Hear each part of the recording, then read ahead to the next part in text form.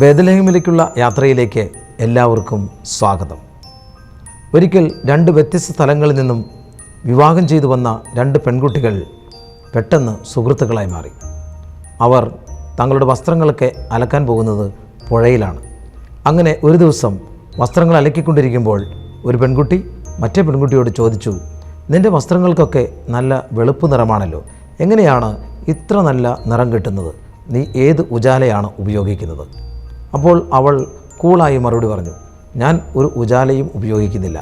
ഞാൻ എൻ്റെ വസ്ത്രങ്ങൾ അലക്കുമ്പോൾ ഈ അലക്കുകല്ല് എൻ്റെ അമ്മായിയമ്മയാണെന്ന് വിചാരിച്ച് ഞാൻ അലക്കും. വസ്ത്രങ്ങൾക്ക് നല്ല വെളുപ്പ് നിറവും കിട്ടും. അത്രമാത്രം ദേഷ്യമാണ് അവൾക്ക് അവളുടെ അമ്മായിയമ്മയോട്.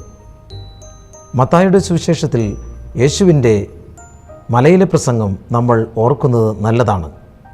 5-ാമത്തെ അധ്യായത്തിൽ നമ്മൾ ഇങ്ങനെ വായിക്കുന്നു, അയൽക്കാരനെ സ്നേഹിക്കുക, ശത്രുവിനെ ദ്വേഷിക്കുക എന്ന് പറഞ്ഞിട്ടുള്ളത് നിങ്ങൾ കേട്ടിട്ടുണ്ടല്ലോ. എന്നാൽ ഞാൻ നിങ്ങളോട് പറയുന്നു, ശത്രുക്കളെ സ്നേഹിക്കുവിൻ, നിങ്ങളെ പീഡിപ്പിക്കുന്നവർക്ക് വേണ്ടി പ്രാർത്ഥിക്കുവിൻ. അങ്ങനെ നിങ്ങൾ നിങ്ങളുടെ സ്വർഗസ്ഥനായ പിതാവിൻ്റെ മക്കളായിത്തീരും. ഈ ബേത്ലഹേമിലേക്കുള്ള യാത്രയിൽ മറ്റുള്ളവരോട് ക്ഷമിച്ചുകൊണ്ട്, മറ്റുള്ളവരെ സ്നേഹിച്ചുകൊണ്ട് യേശുവിനെ അന്വേഷിച്ച് നമുക്കും പോകാം. യേശുനാമത്തിൽ സ്നേഹവന്ദനം.